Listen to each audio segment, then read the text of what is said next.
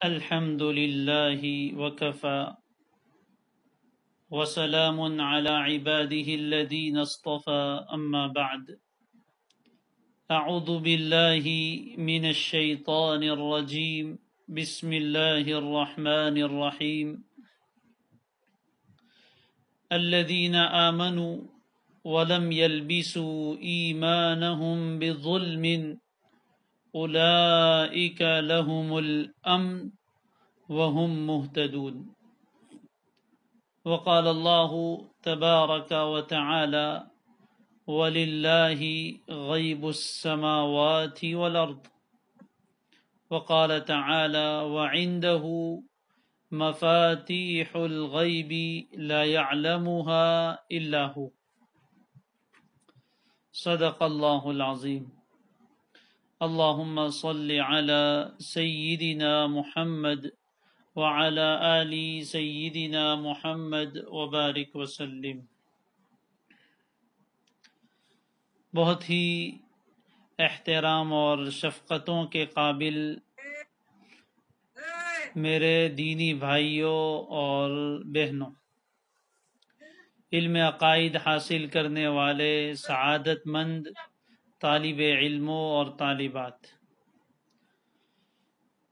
ہمارا یہ جمع ہونا اللہ کے دین کی نسبت پر ہے۔ اللہ تعالیٰ اس کو قبول فرمائے۔ ہمیں اپنی نیت بار بار تازہ کرتے رہنا چاہیے۔ یہی فرق ہے ایک دینی علم حاصل کرنے اور دنیاوی فنون پڑھنے والے کے درمیان، کہ ہم یہ جو کچھ وقت یہاں گزار رہے ہیں سیکھنے سکھانے میں، یہ سب کا سب وقت ہمارے لیے آخرت میں جمع ہو رہا ہے۔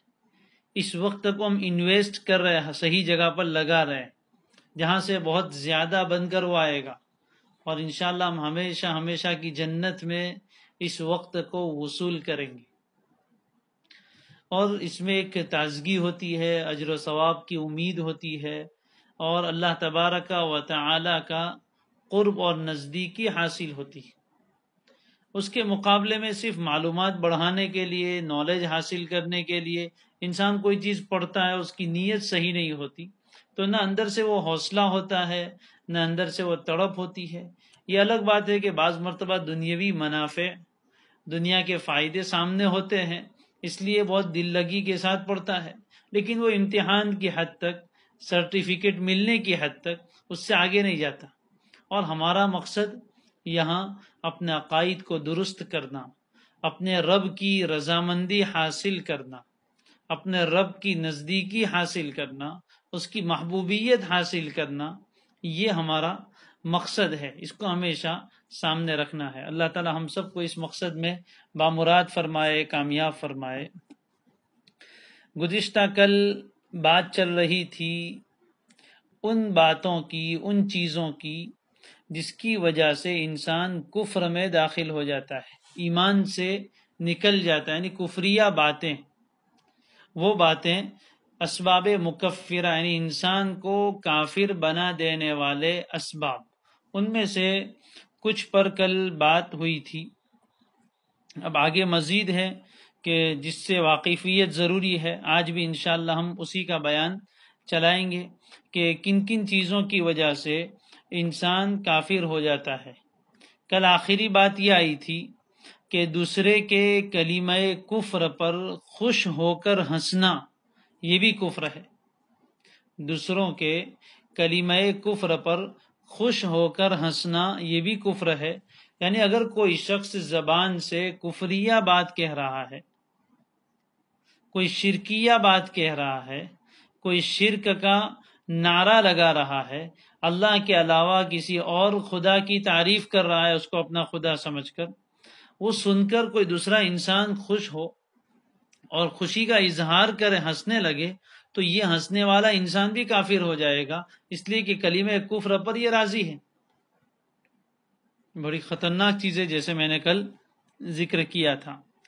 آگے جو بات ہے وہ میں نے کل ذکر کر دی تھی، دوبارہ کہہ دیتا ہوں، کتاب میں آئی ہے، بے ہوشی یا اکراہ کی حالت میں، اکراہ یعنی زبردستی، مجبوری، تو بے ہوشی یا زبردستی کر کے مجبور کرنے کی حالت میں کوئی آدمی زبان سے کلمہ کفر کہہ ڈالے تو اس سے کافر نہیں ہوگا۔ میں نے کل کہا تھا جو آدمی خوش دلی سے کہے عام حالات میں، لیکن کبھی ایسے حالات پیش آتے ہیں کہ گن پوائنٹ پر کلمہ کفر بلوایا جاتا ہے یا مار ڈالنے کی دھمکی دی جاتی، جیسے موب لنچنگ وغیرہ میں ہوتا ہے، ایسا موقع آ جائے، اللہ ہم سب کی حفاظت فرمائے، ہم کمزور لوگ ہیں، تو پھر دو صورتیں ہیں، کل میں نے ذکر کیا تھا۔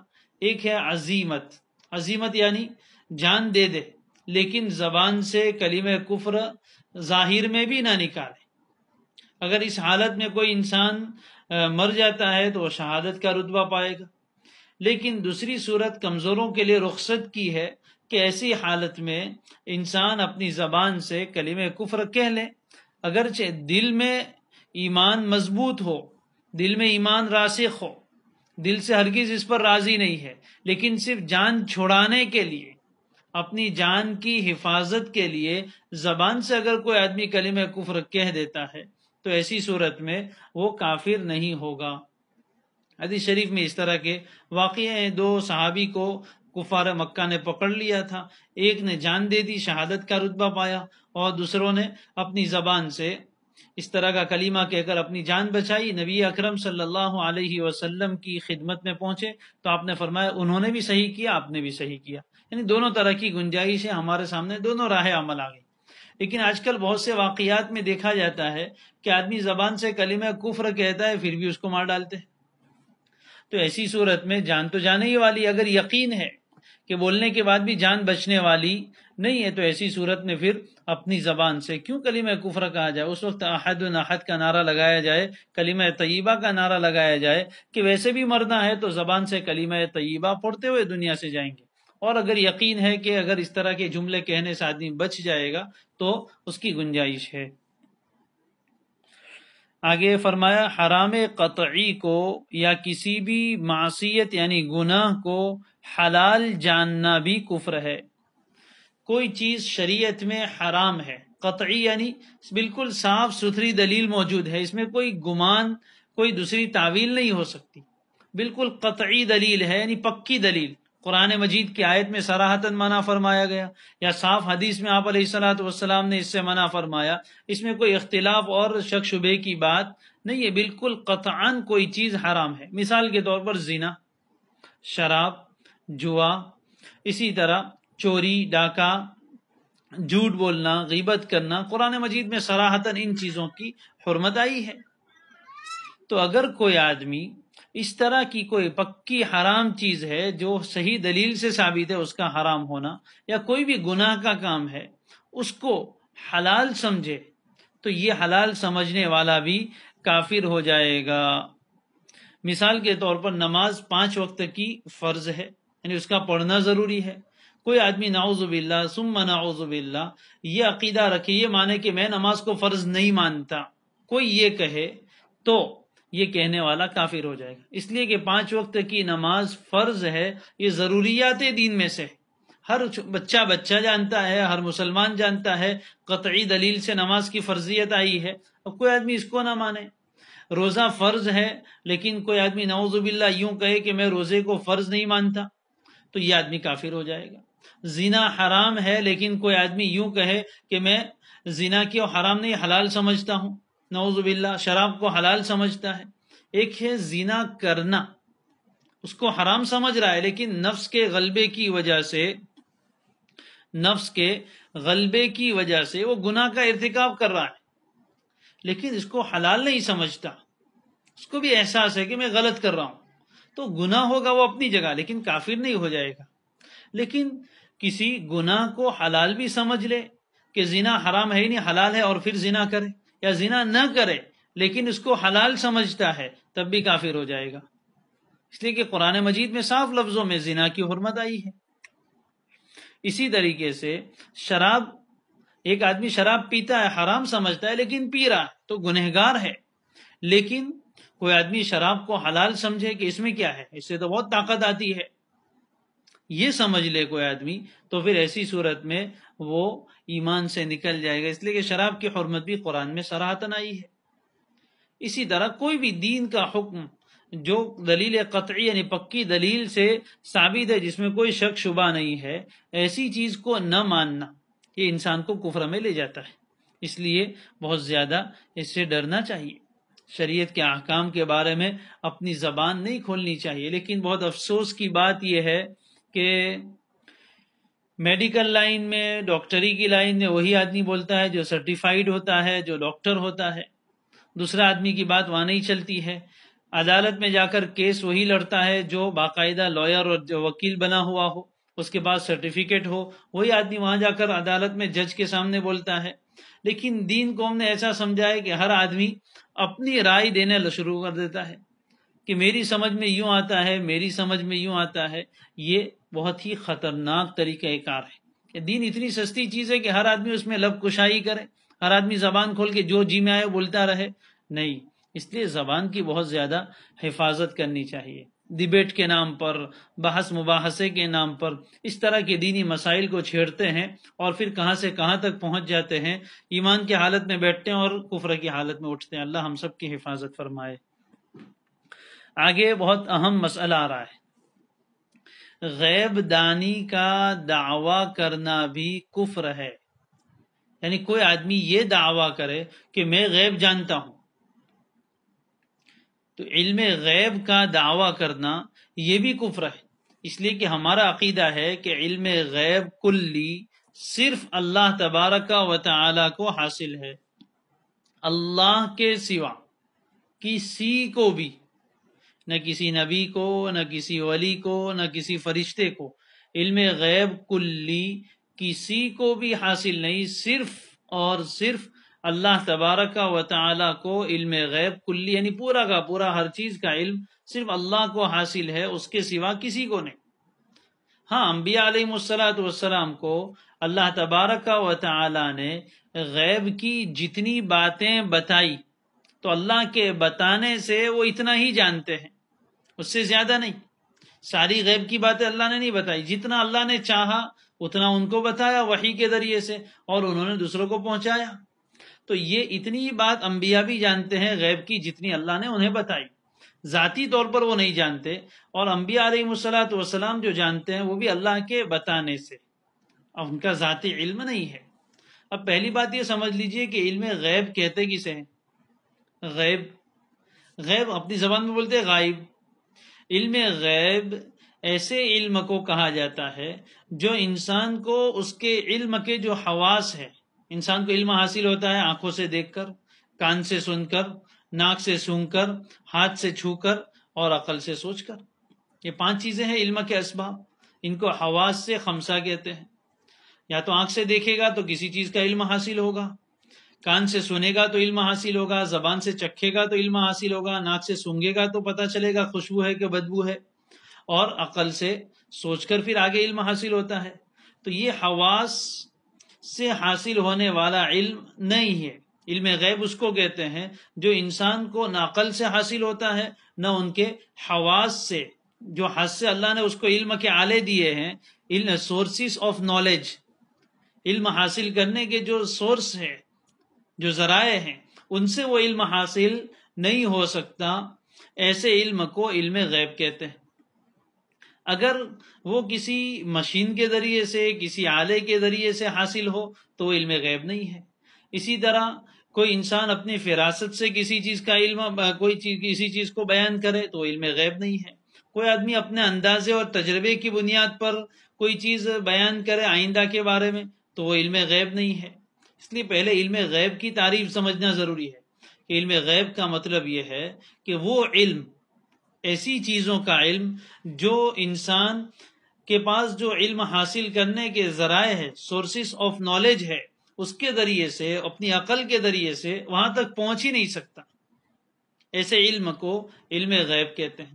جیسے اللہ تبارک و تعالیٰ کی صفات کا علم، اس کی ذات کا علم، یہ غیب کا علم ہے، اس لیے کہ انسان کے پاس جو علم حاصل کرنے کے ذرائع ہے وہ وہاں تک پہنچ ہی نہیں سکتے۔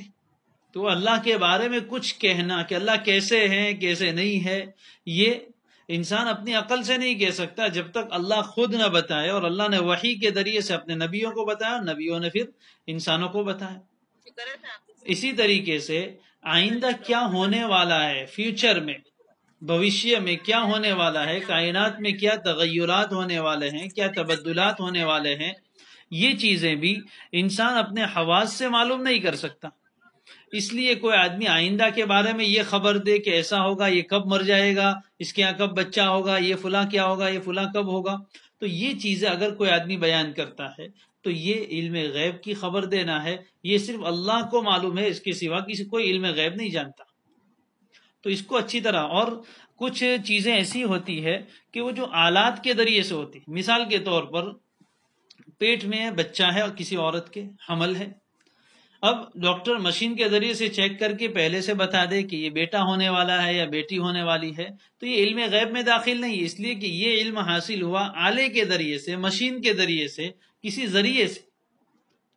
اس نے فوٹو اندر دیکھی اور اس کے ذریعے سے کچھ علامات معلوم ہوئی، اس کے ذریعے سے بتا دیا۔ اسی طرح کوئی ڈاکٹر یہ بات کہتا ہے کہ فلاں دن، جیسے عورت جب حمل سے ہوتی ہے تو ڈیلیوری کا ٹائم بتاتے کہ فلاں تاریخ کو ہوگا۔ اب یہ تاریخ بتائی، اور بہت سی مرتبہ ایسا ہوتا ہے کہ اسی تاریخ کو ہو بھی جاتا ہے، بہت سی مرتبہ وقت بھی بتا دیتے، وہ اپنے تجربات کی بنیاد پر اور اپنے علم کی بنیاد پر کہ جو آلات ان کے پاس ہے اس کے ذریعے سے وہ اندر کچھ چیزیں جھانچتے ہیں اور پھر بتاتے ہیں۔ تو یہ بھی علم غیب نہیں ہے۔ پھر بھی وہ لوگ کو ایسا متعین وقت، منٹ، سیکنڈ اور گھڑی کے ساتھ نہیں بتا سکتے کہ کتنے بجے ہوگا۔ تو یہ علم، اسی طریقے سے بہت سی مرتبہ یہ آگاہی کی جاتی ہے، پہلے سے خبر دی جاتی ہے کہ ایسی بارش ہونے والی ہے، یہ طوفان آنے والا ہے، ہوا کا طوفان آئے گا اور یہ ہوگا، اس طریقے کی باتیں بتائی جاتی ہے۔ تو یہ بھی آلات کے ذریعے سے، یعنی سائنس کا ایک علم ہے، اس نے بہت سارے آلات ایجاد کیے ہیں کہ کہاں کس طریقے کی چیز چل رہی ہے، وہاں سے ہوا چل رہی ہے تو یہاں تک کتنی رفتار سے پہنچ جائے گی، یہ سب چیزیں اندازے ہیں، ان کے پاس مشینریاں ہیں جس کے ذریعے سے معلوم کر کے وہ آگاہی کرتے ہیں۔ بہت سی مرتبہ ایسا ہوتا ہے اور بہت سی مرتبہ نہیں ہوتا ہے۔ آئے دن ہم اخبار میں پڑھتے ہیں، آگاہی آتی ہے ہوامان کھاتے کی طرف سے کہ بہت تیز بارش ہونے والی ہے، لیکن قطرہ بھی نہیں گرتا ہے، اور بہت سی مرتبہ کوئی آگاہی نہیں ہوتی اور بارش آتی ہے۔ تو یہ ذرائع کے ذریعے سے، آلات کے ذریعے سے، حواس کے ذریعے سے حاصل ہونے والا علم وہ علم غیب نہیں ہے۔ لیکن جن چیزوں کو معلوم کرنے میں انسان کے ان حواس کو کوئی دخل نہیں ہے، ایسی کوئی چیز آئندہ کے بارے میں بتا دی جائے کہ ایسا ایسا ہوگا، تو یہ کوئی دوسرا آدمی اس کا دعویٰ نہیں، یہ علم غیب ہے، صرف اللہ کو ہے۔ جو آدمی علم غیب کے معلوم ہونے کا دعویٰ کرے کہ میں غیب جانتا ہوں، تو یہ کفر ہے۔ اس لیے فرمایا غیب دانی کا مدعی بھی کافر ہے، خواہ وہ جنات و شیاطین سے خبریں حاصل کرنے کا مدعی ہو۔ اسکرین پر نہ دکھے تو کوئی بات نہیں ہے، میں جو کہہ رہا ہوں اسی کو سنتے رہیے، دیکھنا کوئی ضروری نہیں، جو اندر لکھا ہے میں پڑھ کے سنا رہا ہوں، دکھ رہا ہے تو ٹھیک ہے، نہیں دکھ رہا ہے تو آپ سنتے رہیے، انشاءاللہ یہ بعد میں آپ کو مل جائے گا، اس وقت پڑھ لینا۔ تو غیب کا جاننے کا دعویٰ کرنے والا یہ کافر ہے، خواہ وہ جنات و شیاطین کے ذریعے سے خبریں حاصل کرنے کا دعوے دار ہو کہ میرے پاس تو اتنے شیاطین ہیں اور میں نے اتنے جنات تابع کیے اور وہ مجھے سب چیزوں کی لا کر خبر دیتے ہیں کیا ہونے والا ہے، تو علم غیب جن کو بھی حاصل نہیں۔ قرآن مجید میں اللہ تبارک و تعالی نے جناتوں سے بھی غیب کے علم کی نفی کی ہے۔ حضرت سلیمان علیہ السلام کہ تو جنات بھی تابع تھے اور وہ ان کے حکمرانی ان پر بھی تھی، چنانچہ مسجد کی تعمیر کا کام چل رہا تھا، حضرت سلیمان علیہ السلام نگرانی کر رہے تھے، جناتوں سے کام لے رہے تھے، ان کا انتقال ہو گیا، جناتوں کو پتہ ہی نہیں چلا۔ قرآن میں ہے فلما خر تبینت الجن ان لو كانوا يعلمون الغیب ما لبثوا فی العذاب المہین، جب حضرت سلیمان ممبر پر سے گر پڑے تب جناتوں کو معلوم ہوا، ان کے سامنے یہ بات خوب کھل کر آ گئی کہ اگر وہ غیب کی بات جانتے ہوتے تو ان کو پتہ چل جاتا کہ سلیمان علیہ السلام تو کب سے انتقال کر گئے، وہ تو کئی دن، کئی مہینے اور ایک روایت کے مطابق 1 سال گزر چکا تھا۔ تو اتنے دنوں سے وہ تو انتقال کر گئے تھے لیکن جناتوں کو پتا ہی نہیں، وہ سمجھ رہے تھے کہ وہ دیکھ رہے ہیں، چنانچہ کام کر رہے تھے۔ تو کہتے اگر ان کو پتا ہوتا ہے یہ غیب کی بات کہ سلیمان علیہ السلام زندہ ہے یا انتقال کر گئے، تو یہ جس عذاب میں مبتلا تھے اس میں وہ مبتلا نہ رہتے، کب سے چھوڑ کے بھاگ جاتے۔ تو قرآن نے بتایا کہ جنات بھی غیب کی باتیں جانتے نہیں ہیں۔ اسی طرح سورہ جن کے بارے میں اور دوسری قرآن سورہ احقاف کی آیتیں ہیں کہ جب نبی اکرم صلی اللہ علیہ وسلم کو نبوت ملی تو آسمانی دنیا پر شیاطین کا جانا بند ہو گیا، ان کے درمیان ایک بہت ہی ہنگامہ برپا ہوا کہ ایسا کیوں ہوا، اس سے پہلے تو کچھ نہیں ہوا، دنیا میں کچھ نئی چیز ہوئی ہے، تو اس کی تلاش میں نکلے کہ دیکھو کیا ہوا، چپا چپا چھان مارا، تب جا کر نبی اکرم صلی اللہ علیہ وسلم کے پاس پہنچی جناتوں کی ایک جماعت۔ آپ نماز پڑھا رہے تھے، آپ کو پتا بھی نہیں تھا کہ جنات سن رہے ہیں، لیکن انہوں نے قرآن مجید کو سنا اور وہ اسی وقت ایمان میں داخل ہو گئے، اور پھر جا کر وہ بعد میں آئے۔ آپ علیہ الصلوۃ والسلام کو بھی بعد میں اللہ تعالیٰ نے وحی کے ذریعے سے بتایا کہ جناتوں نے اس طرح کلام سنا اور انہوں نے وہاں جا کر کیا کہا، وہ سب باتیں بتائی گئی۔ تو بہرحال جنات بھی علم غیب نہیں جانتے، لہذا کوئی آدمی یوں کہے کہ میں جناتوں کے ذریعے سے غیب کی باتیں معلوم کر کے بتاتا ہوں، تو جب جنات ہی نہیں جانتے تو کیسے جانتا ہے؟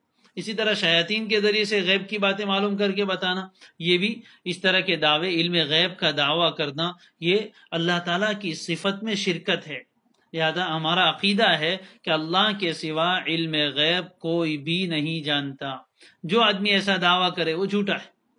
لہذا یہ دعویٰ کرنا تو بہت ہی خطرناک چیز ہے، لیکن اس سے آگے کی بات سنیے کہ غیب کی باتیں بتانے والے کی تصدیق کرنا یہ بھی کفر ہے۔ اوپر کے مسئلے میں ایک بات یہ بھی آئی تھی کہ وہ علم غیب کا دعویٰ کرنے والا چاہے وہ یوں کہتا ہو کہ جنات و شیاطین کے ذریعے سے میں خبریں حاصل کرتا ہوں اور پھر تمہیں بتاتا ہوں، یا ایک ہے علم رمل، ریت کے اوپر کچھ لکیریں کھینچی جاتی ہے اور اس کے ذریعے سے کچھ آگے کی چیزیں معلوم کی جاتی ہے، اس کا بھی کوئی ثبوت ابھی ہمارے یہاں نہیں ہے۔ اسی طرح نجوم یعنی ستاروں کے ذریعے سے، جیسے ہندوؤں میں جیوتش ہوتے ہیں اور وہ ستاروں کو اور گرہ کو دیکھ دیکھ کر کچھ باتیں بتاتے، ایسا ہونے والا ہے اور گرہ برے چل رہے ہیں اور یہ اچھے چل رہے ہیں، یہ ہوگا یہ ہوگا۔ تو اس طرح ستاروں کو دیکھ کر کوئی آدمی اس طرح کی آگے کی باتوں کے بارے میں دعویٰ کرے کہ میں جانتا ہوں، تو یہ چیز بھی صحیح نہیں ہے، یہ کفر میں داخل ہو جائے گا۔ اور جو آدمی ایسی غیب کی باتیں بتانے والے کی تصدیق کرے کہ ہاں اس نے صحیح کہا، کسی نے کوئی اس طرح کی بھوشیہ وانی کی، آئندہ کے بارے میں یہ کہا کہ ایسا ایسا ہوگا، 10 سال کے بعد یوں ہو جائے گا اور 50 سال کے بعد یوں ہو جائے گا، اب ظاہر ہے کہ 10 سال کے بعد کیا ہونے والا ہے وہ غیب کی بات ہے، اس کو حاصل کرنے کا کوئی ذریعہ نہیں ہے، اور دعوے کے ساتھ کہے کہ یہ ہو جائے گا، اور وہ بات ایسی ہے کہ جو قرآن و حدیث میں نہیں آئی ہے، اللہ نے نہیں بتائی ہے، وہ ایسے ہی اپنی طرف سے کہہ رہا ہے کہ یہ آدمی 10 سال کے بعد مر جائے گا، یہ 50 سال کے بعد مر جائے گا، اور یہ بغیر کسی آلے کے کہہ رہا ہے۔ بہت سی مرتبہ ڈاکٹر لوگ بھی کہتے ہیں کہ 24 گھنٹے میں مر جائے گا، 48 گھنٹے میں مر جائے گا، تو کوئی ان کا دعویٰ نہیں ہوتا ہے، وہ اپنا اندازہ تجربہ بتاتے ہیں کہ اس کے بدن میں یہ بیماری ہے اور اس طرح کے مریض اتنے گھنٹے سے زیادہ عام طور پر نہیں جیتے ہیں، تو اس کا بھی اتنا چانس ہے، تو وہ علم غیب کی بات نہیں ہے، وہ آلات اور تجربات کی روشنی میں بتاتے۔ لیکن کوئی آدمی ایسے ہی علم غیب کا دعویٰ کرے، تو 10 سال کے بعد بہت مالدار ہو جائے گا، یا ہاتھ کی لکیریں دیکھ کر بتائے کہ اس کا نصیب بہت اچھا ہے اور اس لڑکی کو بہت اچھا شوہر ملنے والا ہے اور اس کو بہت اچھی لڑکی ملنے والی ہے اور یہ ہونے والا ہے یہ ہونے والا ہے، اسی طرح ایسے ہی اندھیرے میں تیر چلائے کہ تمہارے یہاں بیٹا ہوگا یا بیٹی ہوگی، اس طریقے کی باتیں جس میں کوئی حواس کو دخل نہیں ہوتا، ایسا کوئی آدمی بات بیان کرے اور دوسرا آدمی اس کی تصدیق کر لے کہ ہاں بس تم نے صحیح کہا، اس کو سچ مان لے اور اس پر یقین کر لے، تو یہ بھی کفر ہے، چاہے وہ کاہن ہو، یعنی شیاطین وغیرہ سے خبریں حاصل کرنے کا مدعی ہو، یا علم رمل سے یا علم نجوم سے یا مسمرزم وغیرہ سے اس طرح کی بات کہتا ہو، تو اس کی تصدیق کرنا جائز نہیں ہے، اس کی تکذیب کریں گے، اس کو جھٹلائیں گے کہ نہیں ایسا نہیں ہے، ایسے کوئی پاس جانا ہی نہیں چاہیے۔ نبی اکرم صلی اللہ علیہ وسلم نے ایسے کاہنوں کے پاس، نجومیوں کے پاس، جوتیشوں کے پاس جانے سے منع فرمایا، بلکہ فرمایا جو آدمی وہاں جائے اس کی نمازیں قبول نہیں ہوتی۔ یہ بہت ہی خطرناک چیز ہے، اس لیے علم غیب کے پیچھے پڑنے کی ضرورت نہیں ہے۔ بہت سے لوگ اس کے متمنی ہوتے ہیں، بہت سے لوگ علم غیب کے، یعنی جس آگے کی باتیں جاننے کا لوگوں کو بہت شوق ہوتا ہے کہ کسی طرح ہم کو معلوم ہو جائے۔ مثال کے طور پر دکان کھولنے والا ہے، تو اب دکان کھولنا تو اپنے اختیار میں، لیکن دکان چلے گی یا نہیں چلے گی یہ اللہ کو معلوم ہے، لیکن کسی بزرگ کے پاس جاتے ہیں کہ ذرا بتاؤ نہیں دکان چلے گی کہ نہیں چلے گی، وہ کہتے ہیں میں کل استخارہ کر کے بتاؤں گا۔ یاد رکھو استخارہ مسنون عمل ہے، سنت عمل ہے، لیکن استخارہ کا مطلب غیب کی باتیں معلوم کرنا نہیں ہے۔ استخارہ کا معنی ہے اللہ سے خیر مانگنا، اللہ سے بھلائی مانگنا کہ ہم یہ کام کرنے جا رہے ہیں، اس کے انجام کے بارے میں ہمیں علم نہیں ہے کہ دکان چلے گی یا نہیں چلے گی، بیٹی کا رشتہ اچھا ہوگا کہ نہیں ہوگا، ہم نہیں جانتے ہیں، اس لیے ہم آپ سے خیر مانگتے ہیں کہ ہم جو کرنے جا رہے ہیں اس میں خیر اور بھلائی مقدر فرما دیجیے۔ یہ ہے استخارہ، اللہ سے خیر مانگنا۔ لیکن لوگوں نے کیا سمجھ لیا ہے کہ استخارہ غیب کو جاننے کا نام ہے، چنانچہ خواب میں لال دکھا کہ سفید دکھا، یہ کیا دکھا، اور یہ لڑکی کا یہاں رشتہ کرو گے تو بہت دکھی ہوگی اور یہاں رشتہ کرو گے تو بہت سکھی ہوگی، یہ آگے کی چیز ہے، یہ کیا جانے، دکان چلے گی کہ نہیں چلے گی وہ کوئی نہیں جانتا، وہ بزرگ بھی نہیں جانتے۔ اگر ان کو پتا ہوتا کہ اس جگہ دکان بہت چلتی ہے تو تم کو کیوں موقع دیتے، وہ خود کھول لیتے نا، لیکن ایسا نہیں ہے۔ اس لیے یہ استخارہ بھی خود کرنا چاہیے، خود اللہ سے دعا کرنی چاہیے، دوسروں سے بھی دعا کرواؤ، لیکن غیب کی باتیں معلوم کرنا کہ رشتہ اچھا ہوگا کہ نہیں ہوگا، میری یہ دکان چلے گی کہ نہیں چلے گی، وہ تو کوئی نہیں جانتا ہے۔ اس لیے اس طرح کی چیزیں معلوم کرنے کے پیچھے پڑنا بھی نہیں چاہیے، کیا ہونے والا ہے اور کیا ہوگا، ابھی جو ہو رہا ہے وہ کرو نا بھائی۔ ہمیں جن کاموں کا مکلف بنایا گیا ہے ان کاموں کو ہمیں کرنا ہے۔ ہاں، آئندہ کے بارے میں بہت سی غیب کی باتیں نبی اکرم صلی اللہ علیہ وسلم نے اللہ کے بتانے سے بتائی ہے، جیسے قیامت کی بہت ساری علامتیں بیان فرمائے، ایسا ایسا ہوگا اور ہو رہا ہے، تو وہ تو آپ کے بتانے سے، یعنی اللہ نے بتایا، باقی ہم اپنی طرف سے یوں کہیں، ہاں کوئی تجربات کی بنیاد پر کہے، آپ کسی سے مشورہ لینے گئے، وہ تاجر آدمی ہے، سالوں سے اس بستی میں دکان چلاتا ہے، اور وہ یہ کہتا ہے کہ اس جگہ فلاں چیز کی دکان چلے گی، تو یہ کوئی غیب کا دعویٰ نہیں کر رہا ہے، وہ کوئی غیب کا دعویٰ نہیں کر رہا ہے، بلکہ وہ اپنے تجربات کی روشنی میں بتا رہا ہے کہ لوگوں کو اس علاقے میں اس چیز کی ضرورت ہے، تو اس چیز کی دکان کھولیں گے تو چلے گی، پھر بھی ضروری نہیں ہے کہ چل ہی جاوے، وہ اپنے تجربات کی روشنی میں بتا رہا ہے۔ اسی طریقے سے کوئی آدمی اس طرح کی چیز بتائے، تجربات کی روشنی میں اندازاً بیان کرے، تو وہ کوئی غیب کی بات نہیں ہے، لیکن یقین کے ساتھ کہے کہ ایسا ہی ہو جائے گا، تو یہ غیب کی بات معلوم کسی سے نہیں کرنا چاہیے۔ لوگ ہاتھ بھی بتاتے رہتے ہیں، لکیریں یہ کیسی ہے اور یہ لکیر ایسی ہو تو اس کا یہ معنی ہوتا ہے، ان چیزوں کی کوئی حقیقت نہیں ہے۔ ہاں، کچھ لوگ ایسے ہوتے ہیں کہ جن کو انسانوں کو دیکھ کر پہچاننے کا سلیقہ ہوتا ہے، قیافہ شناس ہوتے ہیں، یعنی چہرے سے ہی پتہ چل جاتا ہے کہ یہ بچہ بڑا ذہین ہوگا، اس کی کچھ علامتیں ہوتی ہیں، تو یہ تجربات اور انسان کے حواس سے حاصل ہونے والا علم ہے، یہ کوئی علم غیب میں داخل نہیں ہے۔ اسی طریقے سے آگے ایک عقیدہ لکھا ہے، رجال الغیب کے ذریعے سے غیب دانی کا مدعی بھی کافر ہے، یعنی غیب کی باتیں بتانے والوں میں ایک فرقہ ایسا بھی ہے جو رجال الغیب یعنی غیب کے آدمی ہے مستقل، ان سے پوشیدہ خبریں معلوم کرنے کا دعویٰ کرتا ہے کہ ہمارے کچھ غیب چھپے ہوئے لوگ ہیں، وہ آتے ہیں اور ہمارے کان میں کچھ بول کے خبر دیتے ہیں۔ یہ لوگ بھی جھوٹے اور کذاب ہیں، ان کی غیب دانی کی تصدیق کرنا بھی کفر ہے۔ رجال الغیب کوئی اولیاء یا بزرگ ہستیاں نہیں ہیں، کیونکہ انسان بحالت حیات یعنی زندگی کی حالت میں ہمیشہ نگاہوں سے پوشیدہ نہیں رہ سکتا، اس لیے ایسا نہیں کہ رجال الغیب مطلب کوئی بزرگ آدمی ہے، وہ سب کی نظروں سے چھپ کر آتے ہیں اور نظر نہیں آتے اور آ کے کچھ کہہ کے چلے جاتے ہیں، ایسا نہیں ہوتا۔ اور اگر کوئی ایسی ہستیاں ہوں تو وہ بھی جنات ہوں گے یا شیاطین ہوں گے، ان سے غیب کی خبریں معلوم کرنا یہ بھی کفر ہے۔ اس لیے انسان کو انسان رہنا چاہیے، اس میں دخل نہیں دینا چاہیے۔ آگے علم غیب خاصہ الہی ہے، یعنی اللہ تعالیٰ کا خاصہ ہے، خاصہ اس کو کہتے جو صرف اسی میں پایا جائے، کسی اور میں نہ ہو، اس صفت میں اس کا کوئی شریک نہیں۔ آگے وہ کہتے غیب کسے کہتے ہیں؟ جو چیز نہ عقل کے ذریعے سے معلوم ہو سکے اور نہ حواس، وہی سورسز آف نالج، ذرائع علم، نہ حواس کے ذریعے سے معلوم ہو سکے، اس کو غیب کہتے ہیں۔ اس کو جاننا خدا تعالیٰ کا خاصہ ہے۔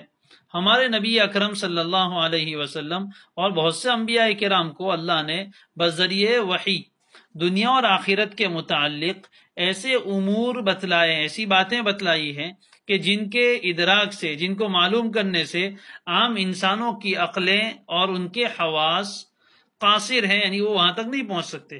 مگر چونکہ عالم الغیب ہونا اللہ کی صفت ہے اور صفات الہیہ میں کسی دوسرے کو شریک ماننا کفر ہے. ہر غیب کا علم، جس کو علم غیب کلی کہتے ہیں، یعنی ہر بات کا علم، یہ ماننا کفر ہے. اسی لیے علماء انبیاء کرام کو بھی عالم الغیب ماننا کفر قرار دیتے ہیں.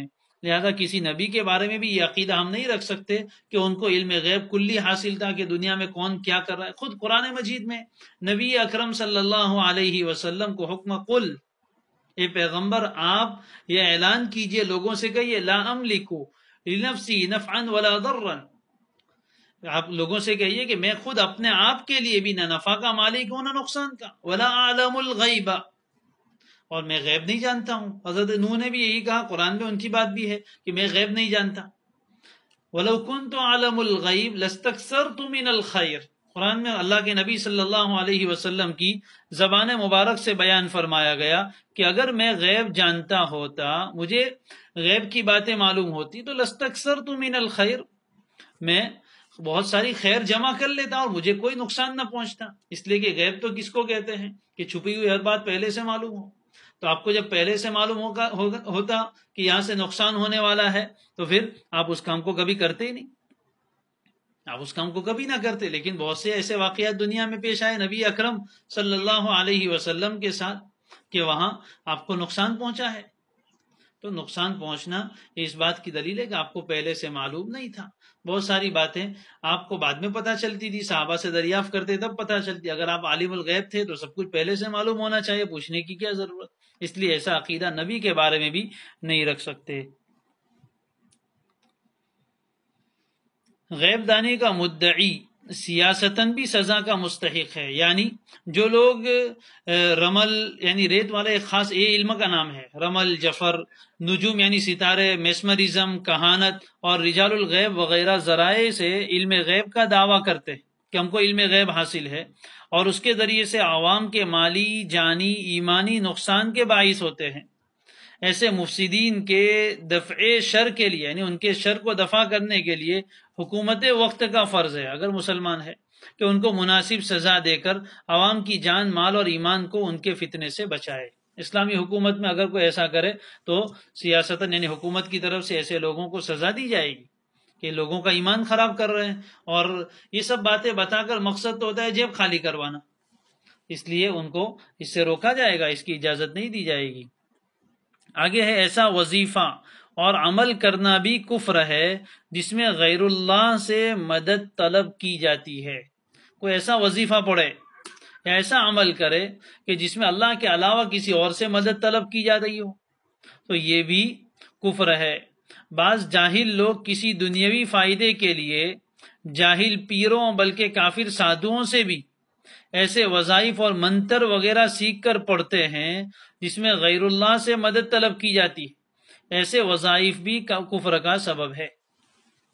یاد رکھنا چاہیے ہر کسی سے وظیفہ نہیں لیا جاتا. جیسے جسم بیمار ہو جائے تو ہر کسی راستے پر بیٹھے ہوئے عطاری سے ہم دوائی نہیں خریدتے، کوئی سرٹیفائیڈ ڈاکٹر یا حکیم ہوتا ہے اس کے پاس جا کر دوائی لاتے ہیں. تو جب جسم کی حفاظت کا اتنا خیال ہے تو روحانی طور پر بھی انسان پر بعض مرتبہ مصیبتیں، پریشانیاں آتی ہیں. تو ہر کسی سے وظیفہ لیتے بیٹھے، اس نے کہا کہ یہ کرو تو یہ شروع، اس نے کہا یہ کرو تو یہ شروع. بلکہ حد تو یہاں ہوتی ہے کہ بعض مرتبہ مومنوں کو چھوڑ کر کافروں کے پاس، بعض مرتبہ زانیوں کے پاس، بے نمازیوں کے پاس جا کر وظیفے لاتے ہیں. بعض مرتبہ ایسے سادھوؤں کے پاس، یوٹیوب کا زمانہ ہے، واٹس ایپ پہ بہت سارے ویڈیو ایسے چلتے رہتے ہیں، عجیب و غریب، ہنسی بھی آتی ہے، غصہ بھی آتا ہے. تو ایسے سادھوؤں کے پاس جا کر اس طرح کے، ظاہر ہے کہ وہ کافر و مشرک ہے، وہ کس سے مدد مانگے گا؟ وہ اللہ کو کیا مانتا ہے؟ وہ تو دوسرے خداؤں کو مانتا ہے. عام طور پر وہ شیاطین سے مدد مانگتے ہیں اور ان سے مدد لے کر پھر جب ہمیں پتہ ہے تو ایسے لوگوں سے مدد لینا، ایسے لوگوں سے وظیفہ حاصل کرنا، یہ انسان کے لیے کفر کا سبب ہے. اس لیے کہ وظیفہ بھی کفریہ شرکیہ دیتے، وہ کوئی قرآن کی آیت پڑھنے کو تھوڑی بتاتے، وہ کوئی حدیث کی دعا پڑھنے کو تھوڑا بتاتے، وہ کوئی ایسا وظیفہ تھوڑا دیتے ہیں کہ جس میں اللہ سے مدد مانگی جائے. اگر ایسا ہے تب تو کوئی حرج نہیں ہے، لیکن اگر وہ وظیفہ ایسا ہے جس میں کوئی کفریہ شرکیہ بات ملی ہوئی ہے، بہت سی مرتبہ تعویذ لکھتے ہیں اس میں کفریہ شرکیہ باتیں ہوتی ہے، پتہ ہی نہیں اندر کیا لکھا ہے، اور وہ ایسی تحریر میں لکھتے ہیں کہ کسی کو سمجھ میں بھی نہ آئے. تو یہ بھی ہر کسی سے تعویذ بھی نہیں لینا. تعویذ میں اگر اس طرح یعنی قرآن کی آیتیں لکھی ہے یا حدیث کی کوئی دعا لکھی ہے، اللہ کا کوئی مبارک نام لکھا ہے جس سے مدد مانگی جا رہے تو جائز ہے. لیکن اگر اس میں کوئی کفر یا شرکیہ بات یا ایسی بات لکھی ہے جس کا معنی خود اس کو بھی نہیں معلوم اور اس کو بھی نہیں معلوم، تو ایسی صورت میں یہ بڑی خطرے کی چیز ہے اور کفر و شرک میں انسان کو پہنچا دیتی ہے. اس لیے اس سے اپنا آپ کو بچانا چاہیے. ہر طرح کے الٹے سیدھے وظیفے مت پڑھیے، بلکہ قرآن و حدیث میں جو دعائیں اور وظیفے ہمیں بتائے گئے بہت کافی وافی شافی ہے، اسی پر انسان عمل کرتا رہے تو مصیبت سے نجات پاتا ہے. اور زندگی میں کچھ مصیبتیں تو سب کو آتی، نبی کو آئی تو ہم کون ہوئے، بڑے بڑے ولیوں کو آئی تو ہم کون ہوئے. ہم چاہتے ہیں کہ بس زندگی دنیا کی ایسی ہو کہ کوئی پرابلم نہ آئے، تو ایسا دنیا میں نہیں ہو سکتا. جو آدمی اس حقیقت کو سمجھ لیتا ہے وہ بہت ساری پریشانیوں سے نجات پا لیتا ہے. انسان ایمان کا سودا اس وقت کرتا ہے جب وہ ایسی زندگی چاہتا ہے کہ جس میں کوئی تکلیف ہی نہ ہو. ایسا نہیں ہوتا. زندگی نام ہی اس کا ہے، تکلیف تو آئے گی، اس پہ صبر کرنا ہے. کم کرنے کے جو جائز اور شریعت کی حدود میں اسباب ہیں ان کو اختیار کریں. اسی طرح بہت سے لوگ کبھی روحانی بیماری میں مبتلا یعنی سحر آسیب جادو وغیرہ میں مبتلا ہوتے ہیں تو علاج کروانے کے لیے غیر مسلموں کے پاس چلے جاتے ہیں اور کہتے ہیں کہ یہ تو سفلی جادو ہے، اس لیے وہ ناپاک جادو والا ہی اس کو دفع کر سکتا ہے، اور اس طرح ان کے پاس جا کر علاج کرواتے ہیں. ظاہر ہے کہ وہ کفر و شرک کرتے ہیں اور شیاطین سے مدد طلب کرتے ہیں، اور ان کا کام بہت آسان ہے. آپ سمجھ لیجئے اس کا کام بہت آسان ہے. جو آدمی کفر و شرک کرتا ہے شیطان ان سے قریب ہے، وہ تو ان کا چہلا بن جاتا ہے، اس لیے کہ وہ شیطان کو خوش کرنے والے کام کرتے ہیں. چنانچہ یہ جتنے اس طرح کے تانترک لوگ ہوتے ہیں جو سحر جادو کرتے ہیں ان کا حال یہی ہے. نجاست کھاتے ہیں اور کسی اپنے قریبی کو قتل کرتے ہیں، کسی کا کلیجہ چباتے ہیں اور مردہ لاشوں کو کھاتے ہیں، گوبر کھاتے ہیں، پیشاب پیتے ہیں. اس طرح کے شیطانی کام اور اس طرح شرکیہ منتر پڑھتے ہیں. بس تھوڑا سا وہ اس طرح کا کام کرتے ہیں اور شیاطین ان کی خدمت کے لیے حاضر ہوتے ہیں. تو بھلے وہ حاضر ہوا کرے اور ان سے اگر کسی کو اچھا نفع بھی ہو جائے تب بھی وہاں جا کر اس نے اپنے ایمان کو بیچ ڈالا. وَلَبِئْسَ مَا شَرَوْا بِهِ أَنفُسَهُمْ، یہ بہت ہی بری چیز ہے جس کے بدلے میں اپنے آپ کو بیچ رہے. اس لیے ایسا کام ہرگز نہیں کرنا چاہیے. شریعت کی حدود میں رہتے ہوئے علاج کرنا چاہیے اگر ضرورت پیش آئے تو، باقی اس میں حد سے تجاوز نہیں کرنا چاہیے. بہت سی مرتبہ اللہ تعالیٰ کی طرف سے مقدر ہوتی ہے کہ کتنے ہی اسباب اختیار کر لیں لیکن بیماری یا سحر آسیب چلتا رہتا ہے. اگر اس پر وہ صبر کرتا ہے تو آخرت میں اس کو بڑا اجر ملے گا اور اس صبر کے اوپر بہترین اجر ملنے والا ہے. اگر وہ بے صبرہ ہو کر کوئی ناجائز طریقہ اختیار کرتا ہے کفر و شرک کا تو مصیبت دور ہو یا نہ ہو لیکن اس سے بڑی مصیبت یعنی جہنم کا عذاب اپنے اوپر وہ مول لیتا ہے. تو ایسی بیوقوفی کا کام انسان کو نہیں کرنا چاہیے. آگے فرمایا ہے شریعت کے کسی حکم کا بھی استہزاء اور مذاق اڑانا کفر ہے. استہزاء کے معنی ہی مذاق اڑانا. آج کل نئی روشنی والے ہر پرانی چیز کا مذاق اڑاتے ہیں. ان میں سے بعض تو ایسے جری اور ہمت والے ہوتے ہیں کہ شعائر دین یعنی دین کی جو نام لگی چیزیں ہیں، علامتیں ہیں، ان کی اور احکام شرعیہ کا بھی مذاق اڑاتے ہیں. کوئی اذان کا مذاق اڑاتا ہے تو کوئی نماز روزے کا مذاق اڑاتا ہے، حالانکہ اس فعل سے ان کا ایمان تک رخصت ہو جاتا ہے مگر وہ اس کی اہمیت کو نہیں جانتے. اس لیے ہر مسلمان اپنے دل میں اسلام اور اسلامی احکام کی توقیر و تعظیم ضروری سمجھے، خواہ وہ حکم شرعی فرض ہو یا واجب ہو یا سنت ہو. دین کی چھوٹی سی چھوٹی بات کا مذاق اڑانا یہ انسان کو کفر میں لے جاتا ہے. بہت سے لوگ داڑھی کا مذاق اڑاتے ہیں، بہت سے لوگ پردے کا مذاق اڑاتے ہیں، اور جن لوگوں سے اتنی ہمت نہیں ہوتی کہ شریعت کے احکام کا مذاق اڑائے تو شریعت کے احکام بیان کرنے والا مولوی ان کے نشانے پر ہوتا ہے، اس کا خوب مذاق اڑاتے ہیں، اس کی خوب بپتیاں اس پر کستے ہیں اور اس کی خوب ذلتی کرتے ہیں. وہ نہیں جانتے کہ پھر اس سے کیا ہوتا ہے. اللہ حفاظت فرمائے اس طرح کے کاموں سے. آگے ایک عقیدہ بیان فرمایا ہے رضا بکفر غیر بھی کفر ہے، یعنی اپنے یا کسی دوسرے کے کفر پر رضامندی اختیار کرنا بھی کفر ہے. اپنے بارے میں کفر کو پسند کرے نعوذ باللہ، یا کسی اور کے بارے میں یہ بات پسند کرے کہ یہ کافر ہو جائے تو اچھا، یا کوئی آدمی کفر پر ہے اچھا ہے تم کافر ہو گے نعوذ باللہ. تو اپنے یا کسی غیر کے کفر پر دل سے راضی رہنا یہ بھی کفر میں داخل ہے. اس لیے خود بھی کفر سے بچنا ہے، اور جو لوگ کفر و شرک میں مبتلا ہے ان کو بھی غلط سمجھنا ہے. جیسے میں نے کل تفصیل سے ذکر کیا تھا، اس پر اپنے دل سے ہرگز راضی نہیں. عام طور پر لوگ ایک جملہ بولتے رہے، اپنے کو کیا وہ جانے نہ ان کا دین جانے، یعنی ہمیں گویا ان کو کچھ کہنا نہیں ہے، ہم کسی کو برا نہیں کہیں گے. گوبر کو گوبر کہنا کون سی برائی ہے بھائی؟ گوبر کو گوبر کہنا کون سی برائی ہے؟ ظلم کو ظلم کہنا یہ کوئی برائی نہیں، یہ تو عین انصاف کا تقاضا ہے. لہذا کفر پر رضامندی اختیار کر لینا یہ بھی کفر میں داخل ہے. اس لیے اس پر ہم ہرگز راضی نہیں ہوں گے، کیونکہ کفر سے اللہ راضی نہیں. فَإِنَّ اللَّهَ عَدُوٌّ لِلْكَافِرِينَ، اللہ کافروں کا دشمن ہے. قرآن خود کہتا ہے وَلَا يَرْضَى لِعِبَادِهِ الْكُفْرَ، اللہ اپنے بندوں کے لیے کفر پر راضی نہیں ہے. وَإِن تَشْكُرُوا يَرْضَهُ لَكُمْ، اگر تم شکر ادا کرو ایمان والے بن جاؤ تو اللہ اس سے راضی ہوگا.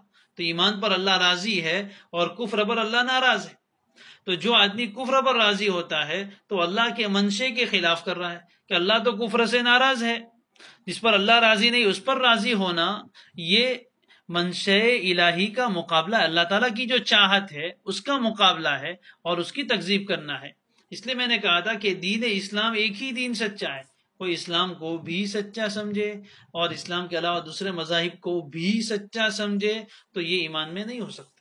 اسلام ہی سچا ہے، بھی نہیں، ہی اور بھی میں بڑا فرق ہے. ہی اور بھی میں بڑا فرق. اللہ ہی یعنی اسلام ہی سچا دین ہے، یہ ایمان ہے، اور اسلام بھی سچا دین ہے. اس کا مطلب کیا ہوا کہ اور کوئی دین بھی سچا ہے تو یہ انسان ایمان سے نکل جائے گا. اس لیے کہ ان الدین عند اللہ الاسلام، دین اللہ کے نزدیک صرف اسلام ہی ہے اور کوئی دین سچا نہیں ہو سکتا. اس لیے جو کفریہ جملے بولے جاتے ہیں سرو دھرم سمان، آپ نے جگہ جگہ پڑھا ہوگا، اسکول میں بچپن سے پڑھتے آ رہے ہیں. سوئی چار میں لکھا جاتا ہے سرو دھرم سمان، بسوں کے پیچھے لکھا جاتا ہے اور بہت سارے اس طرح سرکاری اداروں پر لکھا جاتا ہے. تو اس کا مطلب کیا ہوا؟ اور جانے انجانے میں مسلمان بھی بولتا ہے، اس کے دماغ میں یہ بات بیٹھ گئی ہے سرو دھرم سمان بہت اچھا نعرہ لگتا ہے، قومی ایکتا کا نعرہ گویا لگتا ہے. لیکن میں نے اس سے پہلے بھی کہا کہ قومی ایکتا کے نام پر، آپسی بھائی چارے کے نام پر دین میں کوئی سمجھوتا اور کمپرومائز نہیں ہو سکتا. اس لیے یہ نعرہ بالکل غلط ہے کہ سرو دھرم سمان. نہیں، سرو دھرم سمان نہیں ہے. ایک ہی دھرم سچا ہے اور وہ ہے اسلام. باقی کوئی دین اللہ نے اتارا ہی نہیں، لوگوں نے بنائے ہیں. گاڈ میڈ، اللہ کا بنایا ہوا ایک ہی دین ہے، وہ اسلام ہے. باقی سب لوگوں کے بنائے ہوئے مذاہب ہیں، وہ ان میں سے کوئی بھی سچا نہیں. یہودیت اپنے زمانے میں صحیح تھا لیکن نبی اکرم صلی اللہ حضرت عیسیٰ علیہ السلام کے آنے پر وہ ختم. عیسائیت اپنے زمانے میں صحیح دین تھا لیکن اب نبی اکرم صلی اللہ علیہ وسلم کے دنیا میں آتے، آپ کی نبوت کے ملتے ہی وہ دین منسوخ ہو گیا. اب کوئی آدمی عیسائی رہتے ہوئے نجات پا جائے ایسا ممکن نہیں. کوئی یہودی اپنے دین پر رہتے ہوئے نبی اکرم صلی اللہ علیہ وسلم پر اور قرآن پر ایمان لائے بغیر نجات نہیں پا سکتا. حضور نے فرمایا صلی اللہ علیہ وسلم اگر موسیٰ علیہ السلام بھی زندہ ہوتے تو انہیں بھی میری اتباع کرنی پڑتی. حضرت عیسیٰ علیہ السلام آئیں گے، ہمارا عقیدہ ہے انشاءاللہ آئے گا آگے، تو وہ بھی دین اسلام ہی کو اختیار کریں گے. اسلام تو ان کا دین تھا ہی لیکن شریعت محمدیہ کو اختیار کریں گے اور آپ کی شریعت پر چلیں گے، آپ کی ایک امتی بن کر دنیا میں آئیں گے. لہذا یہ بہت ہی غلط جملہ ہے سرو دھرم سما. اس سے اپنے بچوں کو بھی بچائیں، خود بھی بچیں. اپنے دماغ میں ہے تو اس کو نکالیں. اسی طرح ایک اور لفظ چلتا ہے، ضمناً بات آئی تو عرض کروں، رام رحیم ایک، ایشور اللہ ایک. اب ایشور اللہ تو سمجھتے ہیں لیکن ایشور سے وہ کیا مراد لیتے وہ پہلے سمجھیے.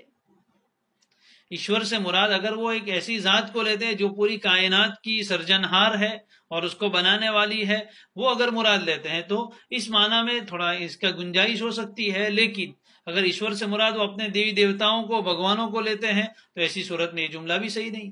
اور رام رحیم کو ایک کہنا یہ تو ظاہر رحیم اللہ کی ذات ہے اور رام ایک انسان ہے. ان کے عقیدے کے مطابق رام جنم بھومی کہتے تو پیدا ہوا انسان ہے، اس نے دنیا میں زندگی گزاری ہے. تو ایک انسان رحیم یعنی اللہ کے برابر کیسے ہو سکتا ہے؟ تو رام رحیم ایک کہنا یہ کہاں سے صحیح ہوا؟ لیکن لوگ بالکل بے تکلف بولتے چلے جاتے ہیں، مسلمانوں کی زبان پہ یہ جملے آتے ہیں، اس لیے اس سے اپنے آپ کو بچانا چاہیے ہے۔ سرو دھرم سمان، رام رحیم ایک، اس طرح کے اور بھی کچھ جملے ہو سکتے ہیں، ابھی ذہن میں نہیں ہے، لیکن ایسے جملوں سے، ایسے شرکیہ جملوں سے اپنے آپ کو بچانا چاہیے۔ بہت سی جگہ پر کفر و شرک دناتا پھر رہا ہے، ہمیں پتہ بھی نہیں، اور خواہی نہ خواہی ہمارے دل و دماغ میں رچ بس جاتا ہے۔ ایک اور مثال دوں، اخبارات میں بہت سی مرتبہ ہم لوگ اخبار پڑھتے رہتے ہیں، تو اخبارات میں کبھی کوئی ایسا حادثہ پیش آتا ہے، ایکسیڈنٹ ہوتا ہے، اور اس میں پورا خاندان بہت سی مرتبہ انتقال کر جاتا ہے، کبھی بس کا ایکسیڈنٹ ہوتا ہے اور بہت بڑی تعداد میں لوگ مر جاتے ہیں۔ ایسی صورت میں اخبارات والے، چونکہ ان کا تو کوئی مذہب ہے نہیں، عقیدہ ہے نہیں، اس طرح کے جملے لکھتے ہیں، نعوذ باللہ۔ ہمارے ہاں گجراتی میں، ہندی میں بھی آتا ہوگا، قدرت نو کارو کہر، یعنی قدرت کا سیاہ ظلم، نعوذ باللہ، قدرت سے مراد اللہ ہے، تو کیا اللہ کوئی ظلم کر سکتا ہے؟ تو یہ جو اس طرح کے جملے آتے ہیں اخبارات میں اور لوگ اس کو پڑھتے ہیں بار بار اور اس کو کوئی برا نہیں سمجھتے، تو دماغ میں آ جاتا ہے اور پھر مؤثر اس کو سمجھ لیتے ہیں۔ آج کل کورونا چل رہا ہے، ابھی تو رخصت ہوا ہے، کہیں چھپا ہے، اللہ کرے واپس نہ آئے، لیکن جب چل رہا تھا تو اس کے بارے میں لکھا جا رہا تھا، کورونا نو قہر، یعنی کورونا کا قہر، قہر عربی زبان کا لفظ ہے، اس کے معنی ہے ظلم ان کی زبان میں۔ اصل قہر کے معنی تو غلبے کے ہیں، لیکن یہ جس معنی میں استعمال کرتے ہیں، تو کورونا کیا ظلم کرے گا؟ وہ تو ایک مخلوق ہے، اس کے پیچھے ذات تو اللہ کی ہے۔ تو کسی اس طرح کی چیز کو برا کہنا یہ حقیقت میں اللہ تک پہنچتا ہے۔ اسی لیے آپ نے فرمایا زمانے کو گالی مت دو، اس لیے کہ زمانہ کیا چیز ہے؟ زمانے میں تقلب اور تبدیلی کرنے والے تو اللہ ہیں، اس لیے فرمایا لا تسبوا الدہر، زمانے کو گالیاں مت دو، زمانے کو برا بھلا نہ کہو، بخار کو برا بھلا نہ کہو، بخار کا کیا قصور ہے؟ بخار اللہ نے بھیجا ہے، تو اللہ تک جانے کی ضرورت نہیں ہوتی ہے، تو اس کی مخلوق پر چلے جاتے ہیں۔ تو اس طرح کے جملوں سے اپنے آپ کو بچانا چاہیے۔ مؤثر بالذات صرف اللہ تبارک و تعالی کی ذات ہے، اللہ ہی کا اثر ہے ساری کائنات میں، اچھا ہو یا برا۔ لہذا اس چیز کا عقیدہ بنا لینا کہ اس نے یہ کر دیا، اس نے یہ کر دیا، یہ عقیدے کی حد تک صحیح نہیں۔ مجازن اس کی تعبیر کر سکتے ہیں کہ اس دوا سے مجھے شفا ہوئی، لیکن دوا شفا دینے والی نہیں ہے، دوا میں اللہ نے شفا کا اثر ڈالا، تب جا کر شفا ہوئی۔ تو شفا تو اللہ نے دی، دوا تو ایک ذریعہ ہے۔ تو یہ عقیدہ ہے ہمارا، تاثیر بالذات، یعنی ڈائریکٹلی کسی چیز میں اثر ڈالنے والی ذات اللہ کی ہے، سبب کے طور پر کسی بھی چیز کو اختیار کرتے ہیں۔ اسی طریقے سے ابھی آج کل یہ بھی بہت چلا کہ کورونا سے جنگ لڑنی ہے، اس طرح اپنے رنگ ٹون بھی سنی ہوگی، اور یہ بھی اس طرح کے جملے لوگوں کو اس زبان پر بھی آتے ہیں اور تحریر میں بھی پڑھنے کو ملتے ہیں، کورونا سے جنگ لڑنی ہے۔ کیا جنگ لڑیں گے؟ کورونا کیا چیز ہے؟ وہ اللہ کی بھیجی ہوئی مخلوق ہے، اس سے کیا جنگ کریں گے؟ ارے اللہ کے سامنے اپنے آپ کو جھکا دو، اپنی ہار تسلیم کرو کہ اللہ ہم آپ کا مقابلہ، کون اللہ کا مقابلہ کر سکتا ہے؟ ہاں اس سے بچاؤ کے اسباب اختیار کریں گے، لیکن الفاظ اس طرح کے اختیار کرنا جس سے خدا بیزاری ظاہر ہوتی ہے، یہ الفاظ ہمارے ایمان والوں کے نہیں ہیں، کافروں کے ہیں، لیکن ہم بھی اس کو استعمال کرتے رہتے ہیں۔ اس لیے اس سے بھی اپنے آپ کو بچانا چاہیے۔ کورونا سے ہم جنگ نہیں کریں گے، ہم تو اللہ تبارک و تعالیٰ سے مدد مانگیں گے اور اللہ سے کہیں گے اللہ یہ آپ کا بھیجا ہوا لشکر ہے، تو ہی اس کو ہم سے دفع فرما۔ تو ہم دور نہیں کر سکتے، اللہ ہی اس کو دفع بھی کریں گے۔ بہرحال یہ عقائد میں جب بگاڑ آتا ہے تو یہ ساری چیزیں اندر داخل ہونے لگتی ہے۔ اللہ تبارک و تعالی ہم سب کو صحیح عقائد عطا فرمائے، اس دین کی صحیح سمجھ عطا فرمائے۔ اللہ تبارک و تعالی اس طرح کی کفریہ شرکیہ جملوں سے جانے انجانے میں ہماری حفاظت فرمائے۔ ابھی اور کچھ چیزیں ہیں کفر و ارتداد سے متعلق اور کفریہ جملوں سے متعلق، انشاءاللہ آئندہ کل۔ سبحان اللہ وبحمدہ، سبحانک اللہم وبحمدک، نشہد ان لا الہ الا انت ونستغفرک ونتوب الیک۔